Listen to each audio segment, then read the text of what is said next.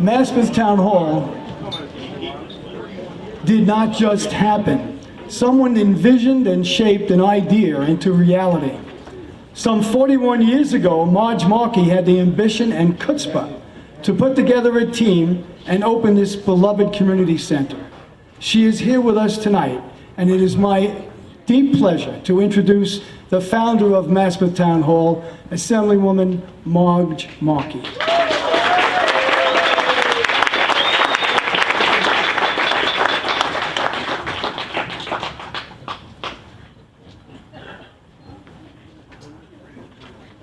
Obviously, the person who put the foundation in the backyard never wore high heels, because it's a little difficult to walk tonight. Normally, I'm very, very brief in my remarks, but I'm taking a point of privilege, I think is the term. I'd like to describe to you what Town Hall was like over 40 years ago. We look at it tonight, and it is a beautiful building, and that's thanks to Eileen Riley and the board of directors over the years have renovated Town Hall to make it look the way it is, and I'm always very grateful for the work that they've done. But I'd like to take you on a little bit of a background at what Town Hall looked like when I decided to save the building. First, my next door neighbor was killed outside my home, and that made me organize my neighbors for a traffic light on 69th Street, and we were successful.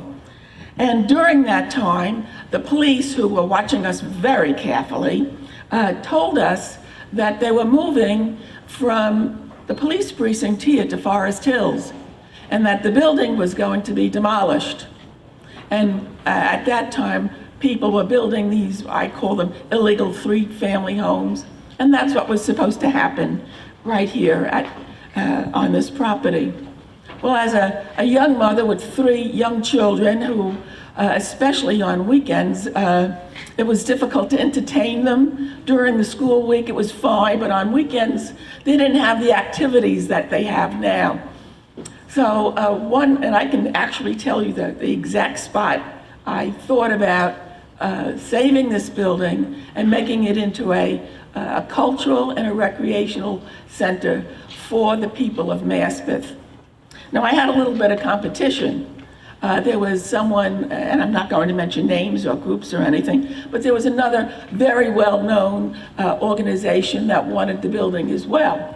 But they only wanted to use the building for children, for sports activities. And at that time, we had a mayor who some of you probably don't like or didn't like, but he did an awful lot for the community of Maspeth, and it was John Lindsay.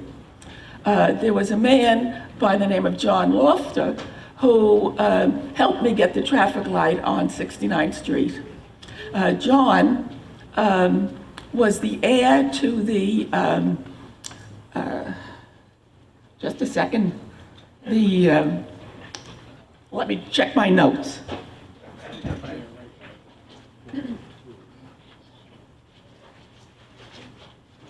Huffy Bicycles. He was a multimillionaire. I did not know that at the time, and he was working at our community board. Now, if you would look at Town Hall at that period of time, all the windows were boarded. There was no heating unit. There was no electricity. There was no copper wiring. There was no plumbing. So you got the picture. The front door was boarded up, and the mission was to try to get inside the building to evaluate it. Well, a man by the name of Mr. Forgione from Maspeth, you may remember him. Mr. Forgione gave us $50 to put on new front doors so that we would have access to the building. John Loffer was able to take down the plywood off the windows and repair the broken windows. So that gave us a little access to the building. Well, the building did not look as wonderful as it does today. Thanks to Eileen Riley and the board of directors, it was filled with garbage from the floor to the ceiling. And it was not a very pleasant sight. But I was very fortunate that there were people in the community who loved this building. People like Eileen Hagan, who lived across the street, and Margaret Markey and Mr. Jackson. These were people who cared about this property and watched it as though it was their own. At that time, we were able to negotiate a lease with the city of New York, but we had to prove something. We had to prove that people in the community wanted this building and wanted it put to use. So how did we do that? Couldn't use the inside. But we were able to use this property that we're standing on right now, the backyard. And at that time, the New York City Parks Department had what was called Playmobiles. And during the summer, they would put on puppet shows or arts and crafts programs, things of that nature, music programs. So I was able to work with a man by the name of Herb O'Lear from the Parks Department who was able to bring those programs to this space right here. The programs were very successful, and that proved to the city that there was a need for a recreational program here in Maspeth. After that,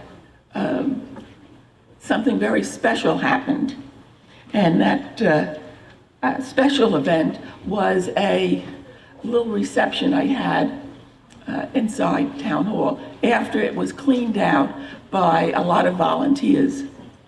But we had a little reception there, and we invited a very wonderful human being, and his name was Franklin Frontera. And Franklin was the president of Maspeth Federal Bank.